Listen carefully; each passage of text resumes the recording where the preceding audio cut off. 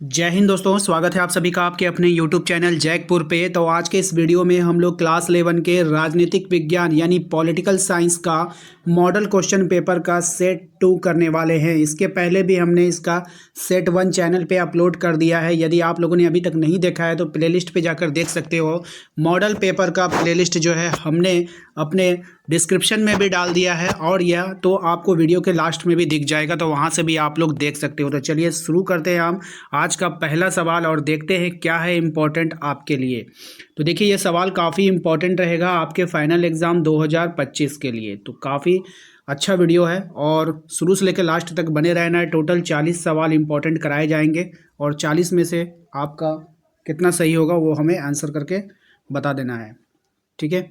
और यहाँ पर देखिए, सबसे पहला सवाल आपकी स्क्रीन पर,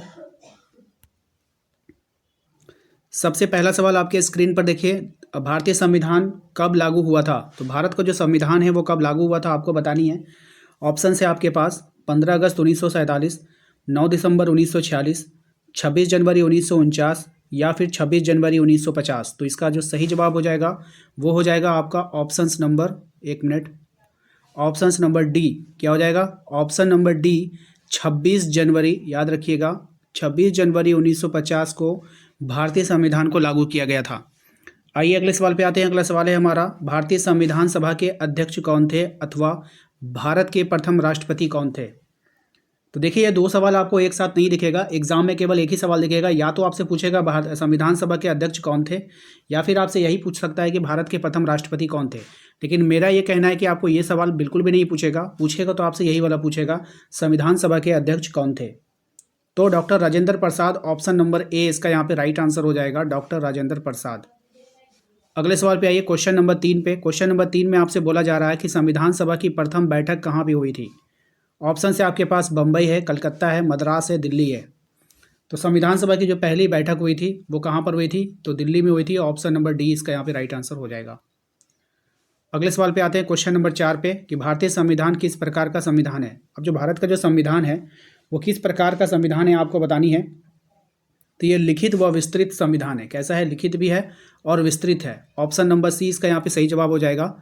नेक्स्ट आते हैं हम लोग, भारत संविधान को अपनाया गया, यानी कि संविधान सभा के द्वारा अपनाया गया, भारतीय संसद के द्वारा अपनाया गया था, गवर्नर जनरल के द्वारा अपनाया गया, या फिर ब्रिटिश संसद के द्वारा अपनाया गया था। राइट आंसर हो जाएगा संविधान सभा के द्वारा अपनाया गया था, ठीक है। नेक्स्ट आते हैं हम लोग अपने अगले सवाल पे। अगला सवाल है हमारा कि मौलिक अधिकारों के संशोधन में कौन सक्षम है। सीधी सी बात है कि जो मौलिक अधिकार हैं आपके, उनको कौन संशोधित कर सकता है, लोकसभा, राष्ट्रपति, सर्वोच्च न्यायालय या फिर संसद। राइट आंसर हो जाएगा आपका ऑप्शन नंबर डी, संसद, ठीक है। ऑप्शन डी इसका यहाँ पे सही जवाब होगा। नेक्स्ट आते हैं अगले सवाल पे, राज्य के नीति निर्देशक सिद्धांतों को किसने भारत में सामाजिक व आर्थिक लोकतंत्र का घोषणा पत्र कहा। किसने कहा था, ये बात आपको बतानी है। ऑप्शन से आपके पास 4 नाम दिए गए हैं। तो ये कहा था डॉक्टर बी आर अम्बेडकर, यानी डॉक्टर भीमराव अम्बेडकर ने, ठीक है। Option number B.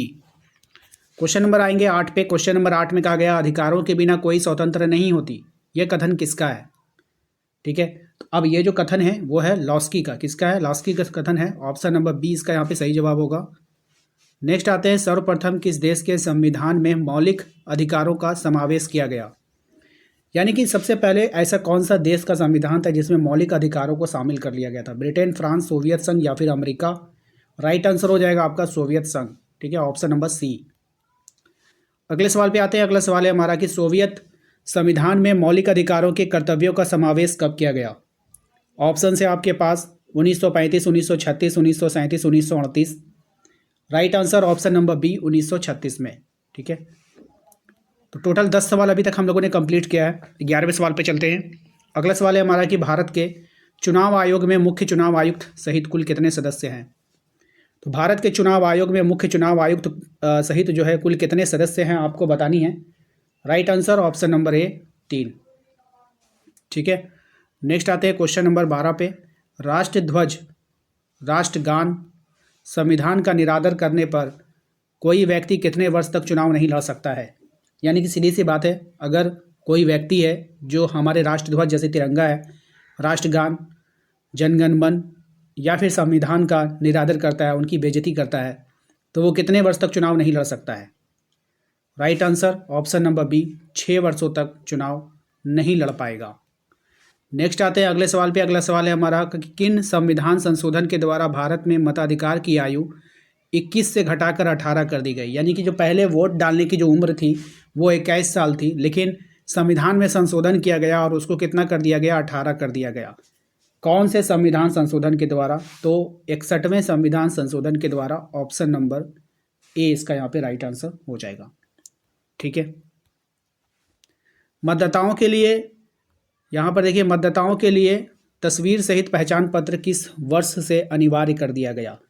यानी एक पहचान पत्र बनाई गई जिसमें मतदाता की फ़ोटो भी रहेगी। ऐसा कब से हुआ था? तो ऐसा हुआ था 1993 से। कब हुआ है? 1993 से, याद रखिएगा। आइए अगले सवाल पे आते हैं। क्वेश्चन नंबर 15 पे, किसने सावधान किया कि यदि चुनाव में भ्रष्टाचार होगा तो क्रांति हो जाएगी? ठीक है, तो ये मतलब किसने कहा था? तो अरस्तू ने। ऑप्शन नंबर बी इसका यहाँ पे सही जवाब होगा। अगले सवाल पे आते हैं। क्वेश्चन नंबर 16 पे, भारत में मनोनयन करने का अधिकार किसको है? तो भारत में मनोनयन करने का जो अधिकार है वो किसके पास है, आपको बतानी है। तो इसका जो राइट आंसर हो जाएगा वो हो जाएगा आपका राष्ट्रपति हो जाएगा। Options number A. तो भारत में मनोनयन करने का जो अधिकार है वो किसके पास है? तो राष्ट्रपति के पास है। याद रखिएगा, थोड़ा हटकर सवाल है, अच्छा सवाल है और आपके एग्ज़ाम में पूछे जाने योग्य सवाल है ये। अगले सवाल पे आते हैं। अगला सवाल है हमारा कि राज्य में शासन में केंद्र का प्रतिनिधि किसे कहा गया है? राज्यों के शासन के किसे केंद्र का अभिकर्ता या फिर प्रतिनिधि, ठीक है, अथवा या फिर प्रतिनिधि। इस सवाल में ना यहाँ पे थोड़ा सा मिस्टेक इतना है, थोड़ा सा इसको सुधार करेंगे। इस सवाल में कहा जा रहा है कि राज्य के शासन में केंद्र का प्रतिनिधि किसे कहा गया। बस इस वाले लाइन को आप लोग को ध्यान में रखना है। यहाँ पर थोड़ा सा त्रुटि क्या है कि राज्यों में शासन में, राज्यों के शासन में, यहाँ पे राज्यों के शासन में, राज्यों के शासन में, ठीक है, केंद्र का अभिकर्ता, केंद्र का अभिकर्ता या प्रतिनिधि किसे कहा जाता है? इतना बकवास है। या प्रतिनिधि किसे कहा जाता है? आप लोग सुधार कर लेना, ठीक है। ऑप्शंस में आपके पास है, राइट आंसर हो जाएगा आपका राज्यपाल। देखिए, राज्य के शासन में आपने देखा होगा कि राज्य में, हर राज्य में एक राज्यपाल होता है। ये कहाँ से आता है पता है? ये केंद्र सरकार भेजती है, केंद्र का प्रतिनिधि होता है वो। अगर राज्य में कुछ भी हुआ ना तो वो फिर राष्ट्रपति शासन वही लगाता है, ठीक है। कौन? राज्यपाल। आइए अगले सवाल पे आते हैं। अगला सवाल है हमारा कि संघीय कार्यपालिका की व्याख्या संविधान के किस भाग में की गई है? तो संघीय कार्यपालिका की जो व्याख्या की गई है ये भाग 5 में की गई है। ऑप्शन नंबर डी इसका राइट आंसर हो जाएगा, ठीक है। आइए नेक्स्ट अगले सवाल पे आते हैं। भारतीय संविधान के अनुसार देश का प्रथम नागरिक कौन होता है? तो भारतीय संविधान के अनुसार देश का प्रथम नागरिक राष्ट्रपति होता है। ऑप्शन नंबर बी इसका यहाँ पे सही जवाब हो जाएगा। अगले सवाल पे आते हैं। संसदीय प्रणाली में एक मंत्रिमंडल होता है जिसका मुखिया कौन होगा? तो संसदीय प्रणाली में एक मंत्रिमंडल होगा जिसका मुखिया प्रधानमंत्री होगा। ऑप्शन नंबर डी इसका राइट आंसर होगा। नेक्स्ट अगले सवाल पे आते हैं। अगला सवाल है हमारा कि भारत के उपराष्ट्रपति किसका पदेन सभापति होता है? तो जो भारत का उपराष्ट्रपति होता है वो राज्यसभा का पदेन सभापति होता है। नेक्स्ट है हमारा अगला सवाल कि प्रधानमंत्री की नियुक्ति कौन करता है? तो प्रधानमंत्री की नियुक्ति कौन करेगा? तो राष्ट्रपति करेगा। ऑप्शन नंबर सी इसका राइट आंसर हो जाएगा। क्वेश्चन नंबर आते हैं 23 में। कहा गया है कि कोई मंत्री जो सांसद या विधायक नहीं है उसे कितने समय में सांसद या विधायक होना अनिवार्य है? राइट आंसर हो जाएगा ऑप्शन नंबर बी, 6 माह के अंदर, ठीक है। Option number B.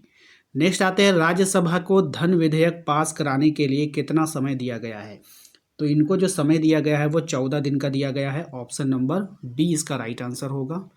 अगले सवाल पे आते हैं। क्वेश्चन नंबर 25 में लोकसभा के सदस्य को दल बदलू घोषित करके उसे सदन की सदस्यता से वंचित करने का अधिकार किसके पास है? राइट आंसर हो जाएगा लोकसभा अध्यक्ष को। ऑप्शन नंबर बी इसका राइट आंसर होगा। नेक्स्ट है हमारा अगले सवाल कि सर्वोच्च न्यायालय के न्यायाधीशों की अवकाश आयु बढ़ाने का अधिकार किसे है? तो ये अधिकार संसद के पास है। ऑप्शन नंबर डी इसका राइट आंसर होगा। अगले सवाल पे आते हैं। उच्च न्यायालयों के न्यायाधीशों की अवकाश की आयु कितनी है? यानी उसके रिटायरमेंट की आयु जो है आपको बतानी है, तो 62 साल। Option number B. नेक्स्ट है झारखंड का उच्च न्यायालय कहाँ स्थित है? काफ़ी इंपॉर्टेंट है आपके एग्जाम के लिए। राइट आंसर हो जाएगा रांची में। Option number B. नेक्स्ट आते हैं अगले सवाल पे। अगला सवाल है हमारा, भारत के सर्वोच्च एवं उच्च न्यायालय के न्यायाधीशों की नियुक्ति कौन करेगा? तो यहाँ पे जो करेगा वो राष्ट्रपति करेगा। ऑप्शन नंबर ए इसका राइट आंसर हो जाएगा। अगले सवाल पे आते हैं क्वेश्चन नंबर 30 पे कि संविधान की व्याख्या करने का अंतिम अधिकार किसे प्राप्त है? तो संविधान की व्याख्या करने का जो अंतिम अधिकार है वो सर्वोच्च न्यायालय को प्राप्त है। ऑप्शन नंबर डी इसका यहाँ पे राइट आंसर होगा। अवशिष्ट शक्तियाँ किससे प्राप्त है? अब अवशिष्ट शक्तियाँ जो है वह काफ़ी अच्छा सवाल है, एग्जाम में पूछा जाता है। तो केंद्र सरकार के पास है। ऑप्शन नंबर ए इसका यहाँ पे राइट आंसर होगा। राज्य के लिए राज्य के लिए आवश्यक कितने तत्व हैं? तो राज्य के लिए जो आवश्यक तत्व हैं वो हो जाएगा 4। ठीक है, ऑप्शन नंबर ए। नेक्स्ट आते हैं, भारतीय संविधान में वर्णित समवर्ती सूची किस देश के संविधान से ली गई है? बहुत मोस्ट इंपॉर्टेंट है, बहुत इंपॉर्टेंट सवाल है, ये ध्यान में रखना है। तो ये ऑस्ट्रेलिया से लिया गया है। Option number D. ठीक है, नेक्स्ट आते हैं, भारतीय नागरिकता का विषय किस सूची से लिया गया है? तो किस सूची में आता है ये आपको बतानी है। राइट आंसर हो जाएगा ये संघ सूची में आता है। ऑप्शन नंबर ए इसका राइट आंसर होगा। पंचायती राज्य का उद्घाटन राजस्थान के किस जिले में हुआ? तो पंचायती राज्य का जो उद्घाटन हुआ है वो नागौर में हुआ है। ऑप्शन नंबर डी इसका यहाँ पे राइट आंसर होगा।